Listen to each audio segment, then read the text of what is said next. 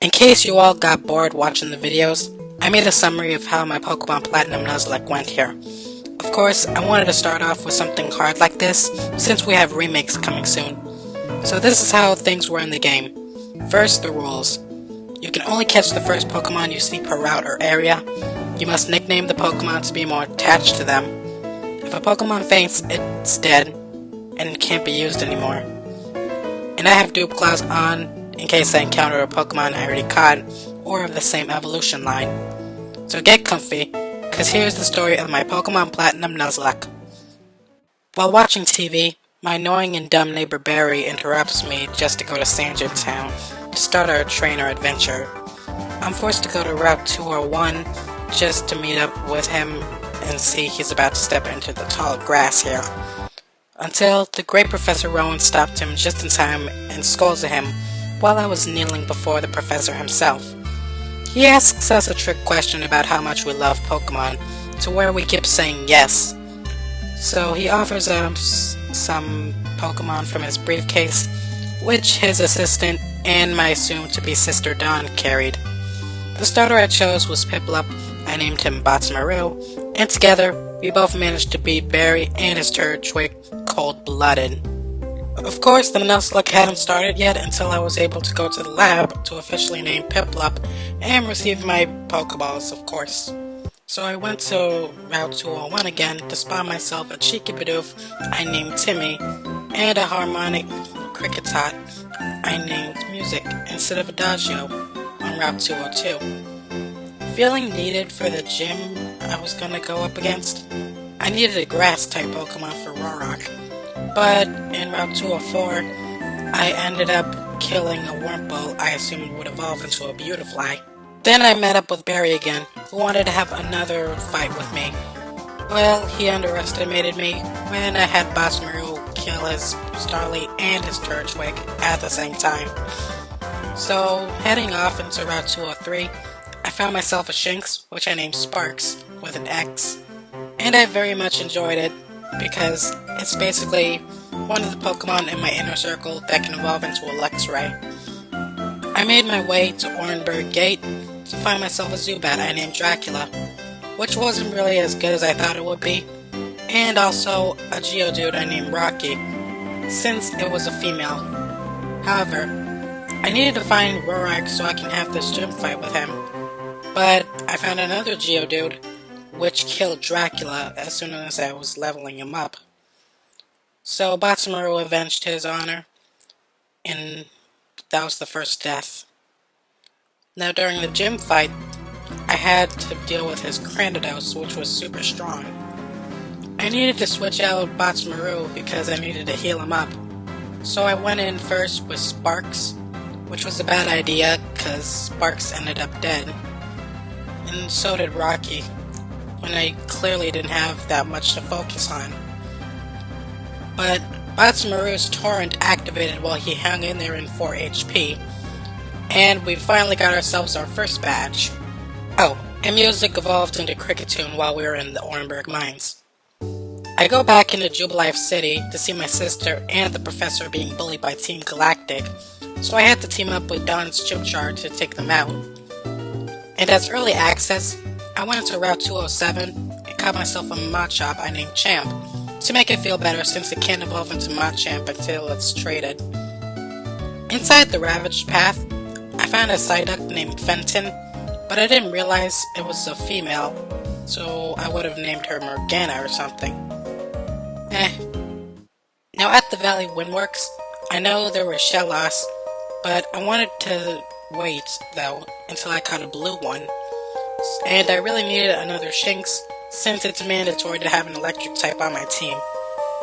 So I waited a few moments, stepped into the tall grass, and I actually caught another Shinx, to which I named Shock. I just hope Sparks isn't mad at me up there, knowing I replaced him. And after a few battles in the Flower Garden, Botsmaru evolved into Primplup. Over at this building, I find Team Galactic messing with some windmills, or something like that.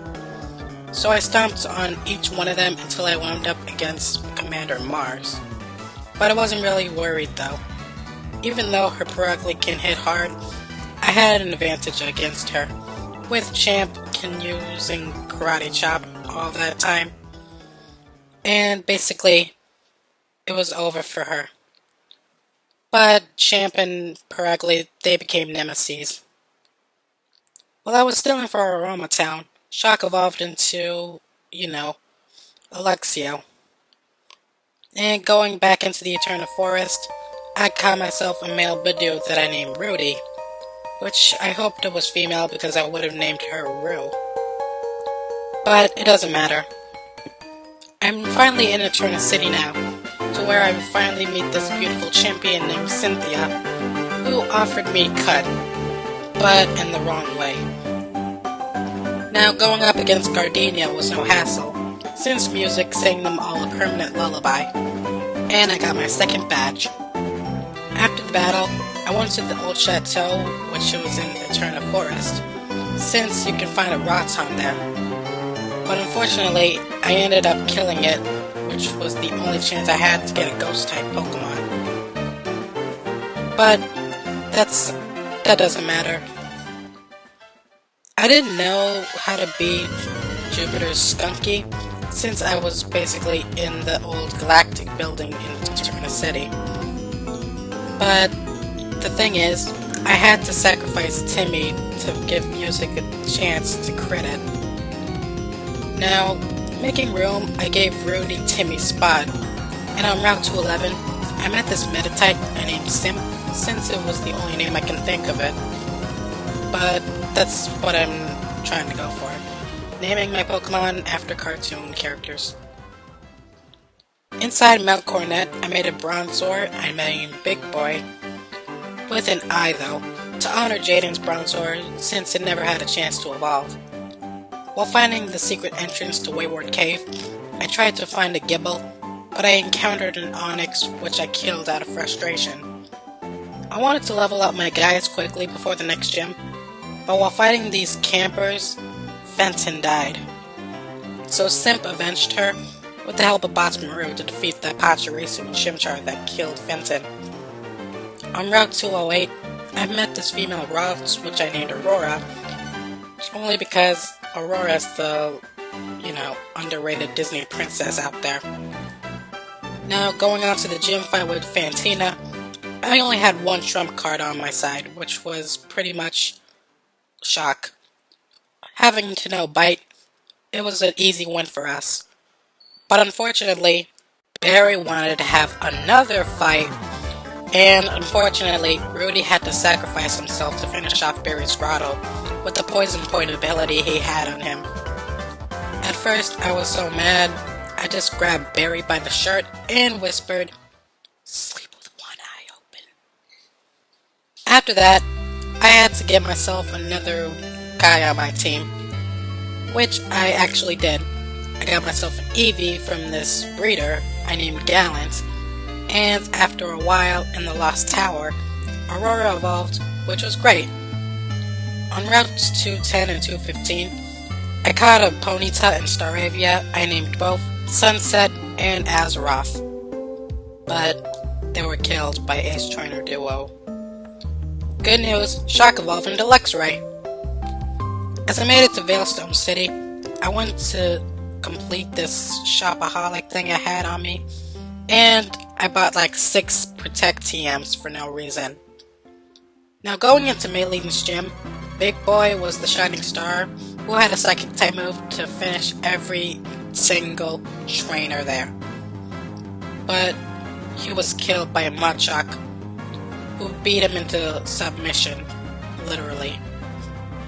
I was completely stunned since I lost my secret weapon, but my hope was saved thanks to Shock and Simp. After helping Dawn get her Pokedex back from Team Galactic, I found the flight HM. I needed to get back on the road now. I was trying to find a Houndour for later, but ran into Rhydon on Route 214, which I killed, and a Girafarig, which I had no choice but to catch, and name her Ingrid. But over at Route 213, I caught a Wingull, which I named Nigel, and now he's my air taxi. After another battle with Barry, Aurora evolved in Gardevoir, which was an unexpected bonus actually, and with Shock, the both of them managed to beat Crash Awake's gym with ease. And that's my 5th badge. But Team Galactic set off a bomb, so I beat the cowardly grunt running away from me, since he's weak, then went into the Great Marsh encounter, which I got myself a Quagsire I named Glenn. Giggity, giggity, giggity. Alright, then on Route 212, I caught a blue Shellos which I named Jeremy with an I, since she was a girl. When I cleared the path of Psyducks guarding the path to Celestic Town, Cynthia asked to deliver a charm to her grandma, which I decided to simp about, no pun intended simp. But just when I arrived, Team Galactic's boss Cyrus was Shakespearing about how the world isn't perfect enough for him. So he wanted to battle me. But I'm glad that Shock had learned Thunderfang, just so I can get a win against him, especially for his Honchkrow. Also, it was giving Simp the chance to evolve to Metacham, just in time for me to learn Fire Punch and go to Canalave City. But Barry stopped me to have another battle with him. But unfortunately, Barry's Heracross killed Simp, just when I needed him for the 6th gem. Given me no other choice, I had to evolve Gallant and Flareon, just to get the advantage I needed to take care of Byron. With the help of Glenn here, of course. But I don't think I could have evolved Gallant into Umbreon anyway, because the Moonstone doesn't work on him like it did in Pokemon XD Gale of Darkness.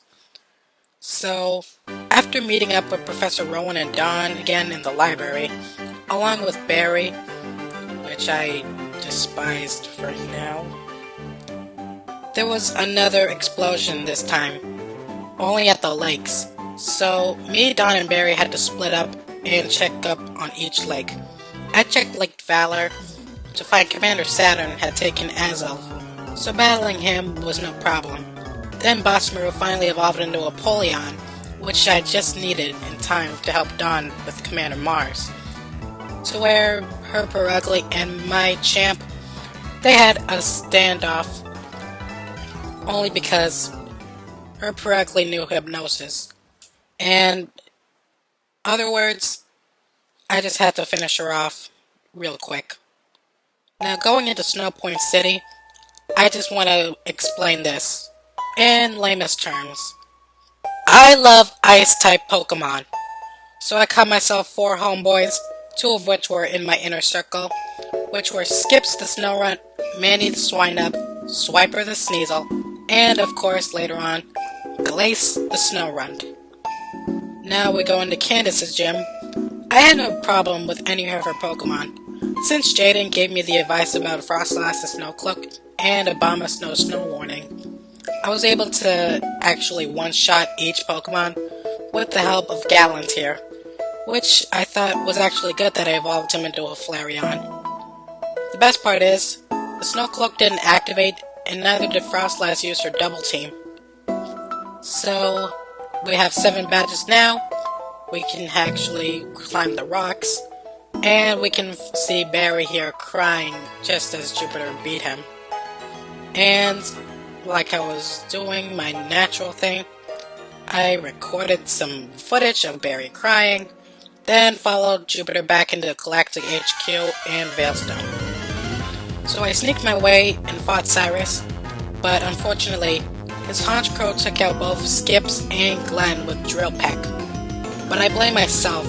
I didn't teach Skips any Ice-type moves, and Honchkrow outsped it. Also, I should have healed Shock at least while I was in with Glenn. So their deaths, they were my fault. So out of anger and anguish, I stole the Master Ball and went up to fight Saturn again, with no problem at all though. After the battle, I had to rush to Mount Coronet to find this maze that's big and impossible to move around by. But I was able to make it to the top, where I find Mars and Jupiter being bouncers for Cyrus's plans. But Barry sneaks his way next to me, where we had a 2-on-2 fight with the girls.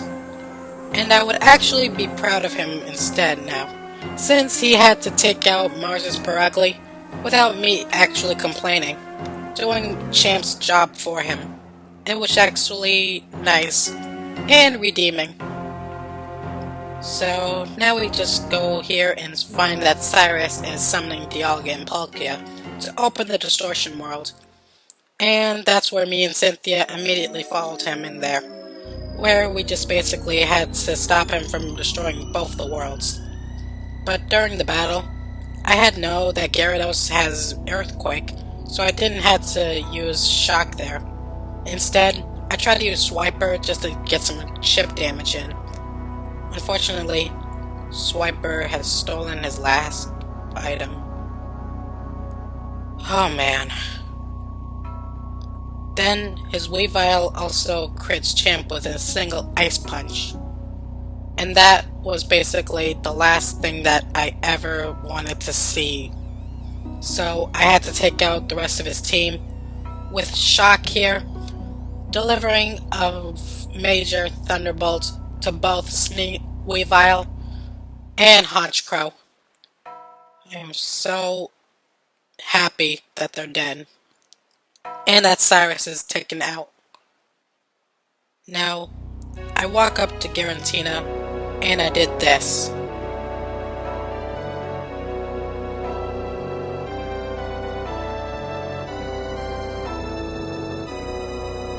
I waited a minute, threw the Master Ball, and now he's at peace. Going back to my journey, I went to Sunyshore City to battle Volkner, who he assumed to be as strong as the Elite Four, but he never met any ground-type Pokemon before. So I brought Glace and Manny, the now Mamoswine, with me into the gym, where Glace also evolved into Glalie, and Volkner had no chance with Manny or Jeremy. As I went to the beach, I ran into Jasmine from Johto, who gave me the waterfall TM I needed just to get to Victory Road. I also caught a Gop out there. I decided to name Ord. But with every up, there always comes a down. As I was battling this trainer's Torterra with Glace, it actually lived on 1 HP and killed Glace right in front of me. Knowing that it was the last straw for me, I had to pick my team that I grinded and EV'd up to maximum power in order to take the Elite Four down, which was Maru, Music, Manny, Shock, Jeremy, and Gallons. Of course, I couldn't bring Ord into the fight, since it wasn't going to be like Jaden's fight with her Garchomp and Cynthia's Garchomp. But I also had to put him alongside with Aurora. I couldn't risk anything happening between anything else. So before I went into the room of no return, Barry wanted one more fight with me, which was no problem, and that's when I actually hit the Elite Four here. First was Aaron, who loved bugs, which was weird, so Shock and Gallon turned them into bugs too. Next was Bertha, who loves ground types, like Jeremy and Manny, but they didn't have a problem taking them out either. Not even the Rhyperior could handle us. Flint's fire team was limited, so Jeremy and Maru had no problem taking them out. And finally, Lucian. I was going to use Music to use Night Slash against all of them, but Music's special attack wasn't enough, so I swapped with Shock to crunch every single one of them. Now, for the last battle. I shook the hand of the most OP trainer everyone has ever known, who thanked me for everything I had done during my quest. And we took a step back. We actually glared at each other, and I knew what I had to do. Fight Cynthia. Her first Pokemon was Spiritomb, which I had no idea why it wasn't weak to Dark-type moves, so I had Manny just take him out as hard as possible. Her next Pokemon, Lucario, which Manny also took out, by the way. Then her Milotic comes out, which I thought Shock could handle with just a few Thunderbolts, but Milotic, it used Mirror Coat, and Shock was killed right then and there. So I had Botsmaru surf it until it died. That death hurt me a lot, though. Just after that, her mascot of the team pops out, Garchomp. It had all the perfect IVs and stats, so that's what made me worried mostly. I switched in with Jeremy, who I knew could help.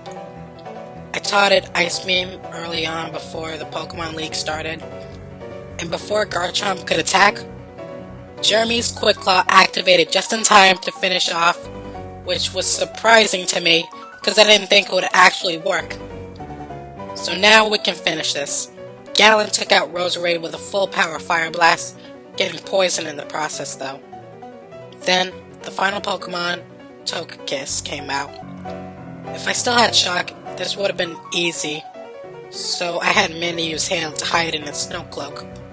But it stopped at the wrong time, and I was healing over and over until Togekiss ran out of Aura Spheres. But I miscounted one, and Manny was killed. So Jeremy did the honor of avenging Manny's death by using Ice Beam. And it was over. We won. As Cynthia congratulates me, I had a major issue on my mind right now. All my Ice-type Pokemon, all my other Pokemon, their deaths were all because of me. I couldn't even be able to forgive myself for what I've done to them. For all the sacrifices, the hard work I did for them. I don't even know what to say. I only hope that they're looking at me from up there, saying, "You did amazing." I just wish for forgiveness right now.